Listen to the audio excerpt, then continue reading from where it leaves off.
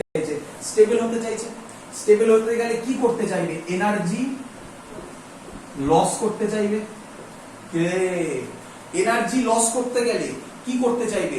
Contract করবে, minimum surface area occupy করবে না ম্যাক্সিমাম সারফেস এরিয়া অকুপাই করবে? মিনিমাম সারফেস এরিয়া অকুপাই করবে। দেখতে পাচ্ছিস কিভাবে যাচ্ছি? মিনিমাম সারফেস এরিয়া অকুপাই করবে। মিনিমাম সারফেস এরিয়া যদি অকুপাই করে একজন আরেকজনকে কি করবে? অ্যাট্রাক্ট করবে। তাহলে পুরো লিকুইড সারফেসটা কিসের মতো বিহেভ করবে? ইলাস্টিক স্ট্রেচড মেমব্রেনের মতো বিহেভ করবে। বল ক্লিয়ার হলো? 100% ফিল হয়েছে? So that's the concept and this is called molecular theory. Minimum surface area, minimum surface area মানেই ইলাস্টিক। বুঝতে পারছিস তো নাকি? বোঝা গেল ফ্লোটা? Elastic stretched membrane.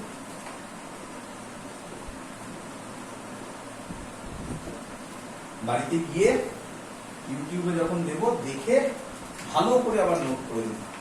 নিজেরা যা বুঝবি নিজেদের মতো ল্যাঙ্গুয়েজে লিখে নোট করবি। Clear idea? যখনই তোর সারফেস টেনশন নিয়ে প্রবলেম হবে তুই শুধু এইটা পড়বি, ব্যাস। পরে আর কিছু করতে হবে না, ডিরাইভেশন করবি, গল্প শেষ। কারণ তোর তো ফিলটা দরকার যে কোথা থেকে এলো। বোঝাতে পেরেছিস? চলো বুঝে দিই, বুঝে দিই। বইতে প্রচুর এক্সাম্পল দেওয়া আছে। এরপর আমি যেটা বলতে চাইছি, তো তার মধ্যে থেকে বেছে বেছে যেগুলো খুব ইম্পর্টেন্ট সেগুলো একটু বলি। হ্যাঁ বাবা, ভালো করে শুনি, ডেটা দিয়ে বলছি একদম। Surface tension of water, S of water, value তোকে মনে রাখতে হবে না, ভ্যালু তোকে মনে রাখতে হবে না। এস অফ ওয়াটার হচ্ছে 0.075 নিউটন পার মিটার। বুঝছে?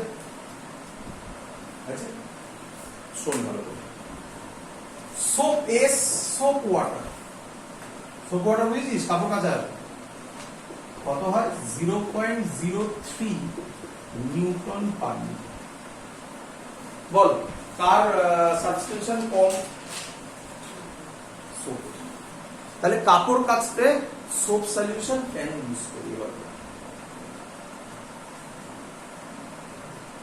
কাপড় কাচতে সোপ সলিউশন কেন ইউজ করি? এবার তাহলে আমাকে বল, আগে এইটুকুনি বল। দেখ মেন জায়গা তো শিখিয়ে দিয়েছি। এভাবে ধর আমি একটা ওয়াটার ড্রপ ফেললাম। ওয়াটার ড্রপটা কিরকম হয়ে থাকবে? এরকম এক্স্যাক্টলি স্ফিয়ার থাকে না, এরকম থাকে। আমি একটু বেশি বাড়াবাড়ি এগিয়ে ফেলেছি আবার। কিরকম থাকে? মার্কারিটা একদম দেখেছিস কখনো? মার্কারি একদম এরকম থাকে, সুন্দর হয়ে থাকে। মানে মজাদার ব্যাপার, মার্কারি নিয়ে তুই যদি ইয়েতে ফেলে দিস না, নর্দমা ফেলে দিস না, নর্দমা থেকেও তুলে নেওয়া যাবে। সিরিয়াসলি বলছি, যেখান থেকে ইচ্ছা তাকে তোলা যাবে। মার্কারি এমন একটা সুন্দর জিনিস, সাবস্টেনশন খুব বেশি। মার্কারি সাবস্টেনশন 0.4, 0.4 মনে হয়, রাফলি বললাম, এক্সাক্ট ভ্যালুটা মনে হয়। যাই হোক, তো এই হলো ওয়াটার। ক্লিয়ার? আচ্ছা এবার আমাকে তো এইটুকুনি বল, সোপ সলিউশন হলে কিরকম হবে? সোপ সলিউশনে ড্রপ করলাম, তাহলে ওটা কি বলতে হবে? এরকম, এটা কার বললাম? মার্কারি। এরকম, এরকম না আরো ফ্ল্যাট? কেন? হ্যাঁ এরকম দেখো নাকি? তাহলে সহজ কথা, এবার ভালো করে বুঝো। তাহলে তুই একটা জামার উপর জল ঢালবি, জল ঢাললে জলটা বেরিয়ে চলে গেল উপর দিয়ে। নোংরাটা কোথায় থাকে? উপরে লেগে থাকে না এর মধ্যে সূক্ষ্ম সূক্ষ্ম ছিদ্র আছে, হোল আছে, তাই জামার মধ্যে তার মধ্যে নোংরাটা লুকিয়ে থাকে। তাহলে যদি এরকম থাকে তাহলে ও বেশি ঢুকতে পারবে এই ছিদ্রগুলোর ভেতরে, এই হোলগুলোর ভেতরে, না এটা বেশি ঢুকতে পারবে? এটা বেশি ঢুকতে পারবে। এটা যদি বেশি ভেতরে ঢোকে, তারপরে এবার ওটাকে আমি হাত দিয়ে বা কিছু দিয়ে আমি পরিষ্কার করলাম, সাথে সাথে ও ওর সাথে ডাকটাকে, ডাস্টটাকে নিয়ে বেরিয়ে যাবে। খুব সিম্পল অ্যান্সার। কেন সোপ সলিউশন ইউজ করি? To minimize surface, to minimize surface. পারবি এবার লিখতে? পরীক্ষায় দেয় এই কোশ্চেনগুলো। আচ্ছা আরেকটা ইম্পর্টেন্ট কোশ্চেন, আরেকটা ইম্পর্টেন্ট কোশ্চেন, টেম্পারেচার যদি বাড়ে, কি বললাম, টেম্পারেচার যদি বাড়ে সারফেস টেনশনও বাড়ে। বলি টেম্পারেচার বাড়লে বলো বা সারফেস টেনশনও বাড়বে। বলি ভালো করে বুঝো কেন। হ্যাঁ রে, আচ্ছা এবার কোশ্চেনটা কি, কোশ্চেনটা হচ্ছে হট স্যুপ, আমি আর লিখছি না, hot soup is more tastier than cold water. এবার ভাব, তাহলে গরম স্যুপ খাচ্ছিস, গরম স্যুপের সারফেস টেনশন বেশি, আমি তো ভুল বললাম, টেম্পারেচার যদি বাড়ে তো বলে দিন সারফেস টেনশন কম যাবে। বল তাহলে গরম স্যুপের সারফেস টেনশন বেশি না ঠান্ডা স্যুপের? ঠান্ডা স্যুপ। গরম স্যুপের সারফেস টেনশন কম। তাহলে আমি যখন গরম স্যুপ খাচ্ছি, জিভের ওপর যে স্যুপের ড্রপলেটটা পড়বে সেটা বেশি স্ফিয়ার হয়ে থাকবে না বেশি ফ্ল্যাটেন্ড হয়ে যাবে? বেশি ফ্ল্যাটেন্ড হয়ে গেলে আমাদের যে টেস্ট বার্ড গুলো আছে বেশি কভার করবে না কম কভার করবে? তাহলে টেস্ট ভালো পাবি না খারাপ পাবি? তোদের বইতে যেটা দেওয়া আছে ভালো করে শুনবি, অয়েলকে বলছি কি তোরা দেখেছিস?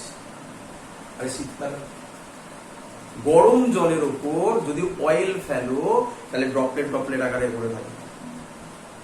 কেন? সারফেস টেনশন কমে যায়, অয়েলের সারফেস টেনশন ঠান্ডা তো তখন ওটা বেশি হয়ে যায়, ওয়াটার সারফেস টেনশন অনেকটা কমে গেল, তাই ড্রপলেট আকারে থাকে। বুঝতে পেরেছি এগুলো জিনিস?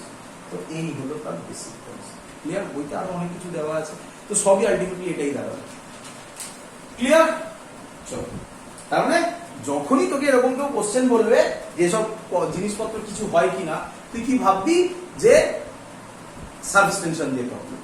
ধর তোকে বললো এরকম ভাবে জামা কাপড় ধোয়াতে, তাহলে তুই কিভাবে ভাববি?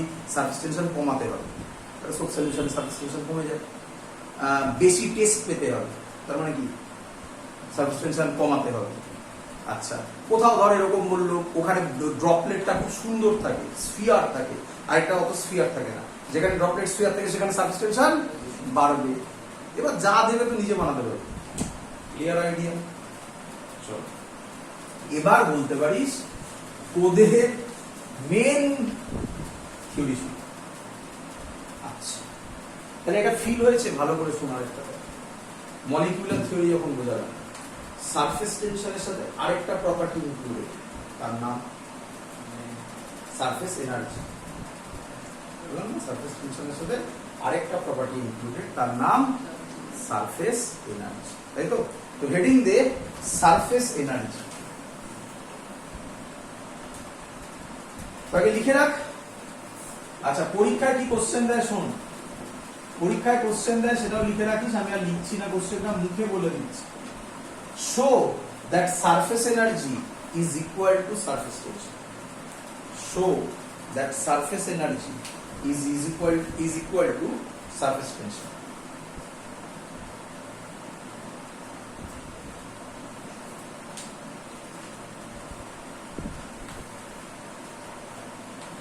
আচ্ছা, আগে ডেফিনেশন লিখে রাখ। The extra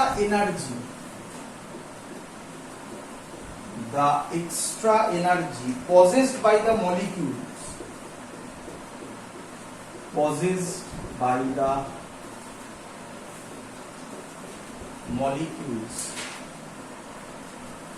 of surface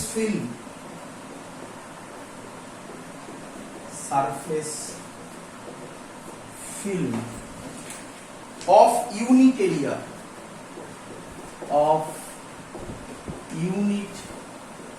area compared to the molecules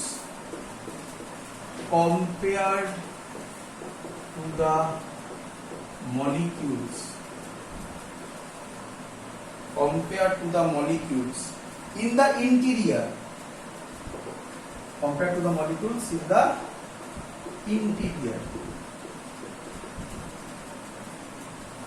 is called surface energy.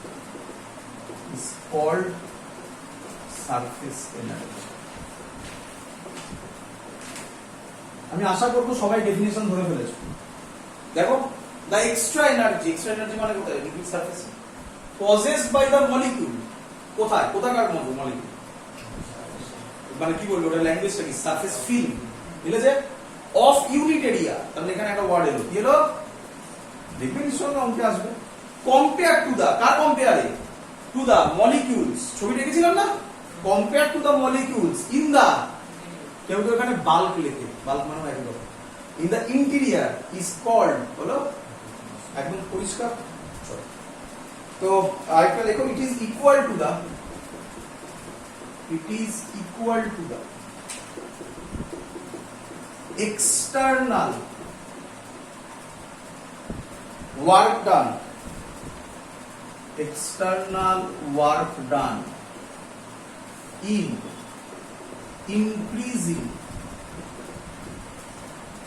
external work done in increasing the area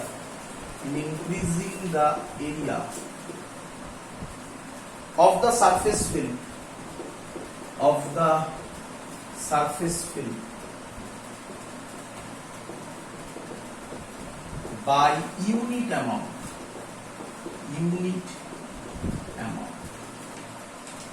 চলো লিখে নাও সব ক্লিয়ার হয়ে যাবে একদম পরিষ্কার হয়ে যাবে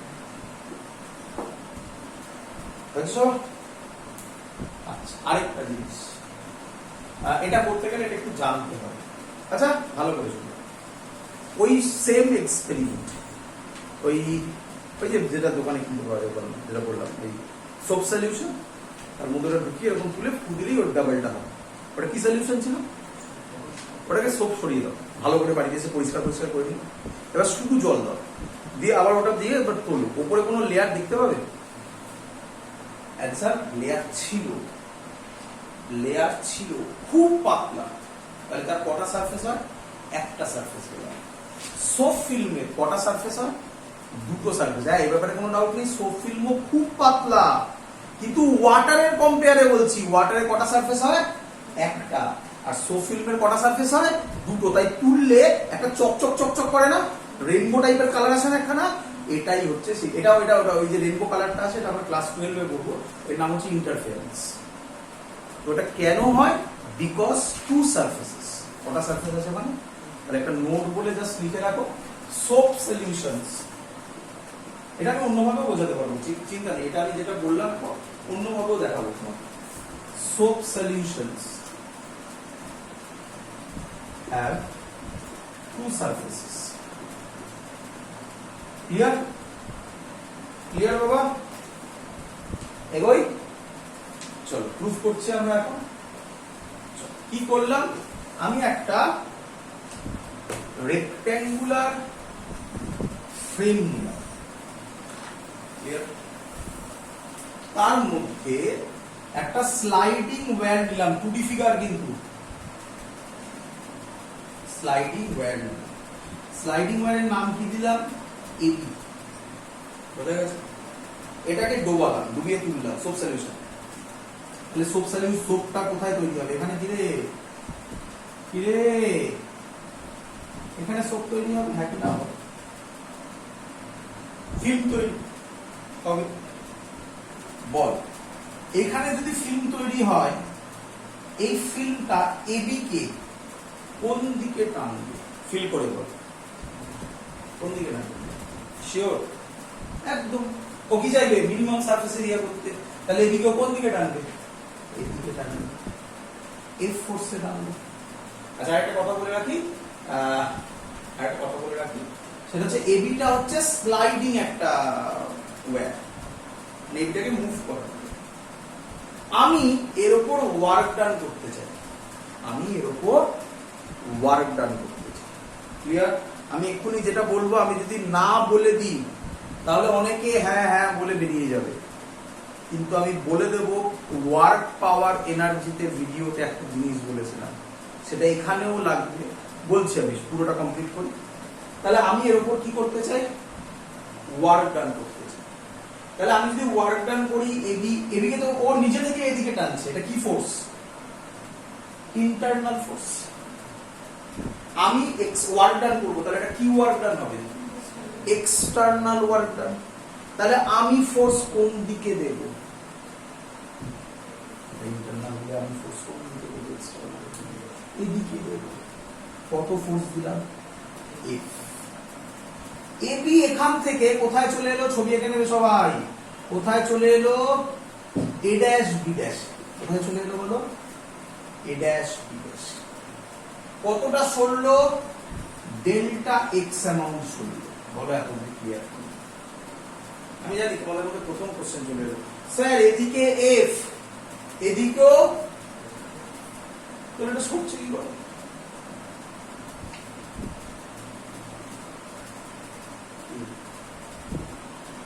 অ্যান্সার। ভালো করে শোনো, আমি এবার বোঝো ভালো করে, এই জায়গাগুলো একদম খুব ছোট ছোট জায়গা, না বললেও কিছু যায় আসে না, তুমি ভেবে নিলে আচ্ছা সরেছে, ছেড়ে দাও সরেছে, এবার দিয়ে ডিরাইভেশন শুরু করে দাও, মিলে যাবে। কিন্তু এগুলো বোঝো ভালো। আচ্ছা বাবা, আমি যদি একে সরাই এখানে, তাহলে এদিকে মুভ করবে, এই এবি বাইরের একটা কি থাকবে, ভেলোসিটি। ভেলোসিটি থাকলেই নাচতে নাচতে কাহিনী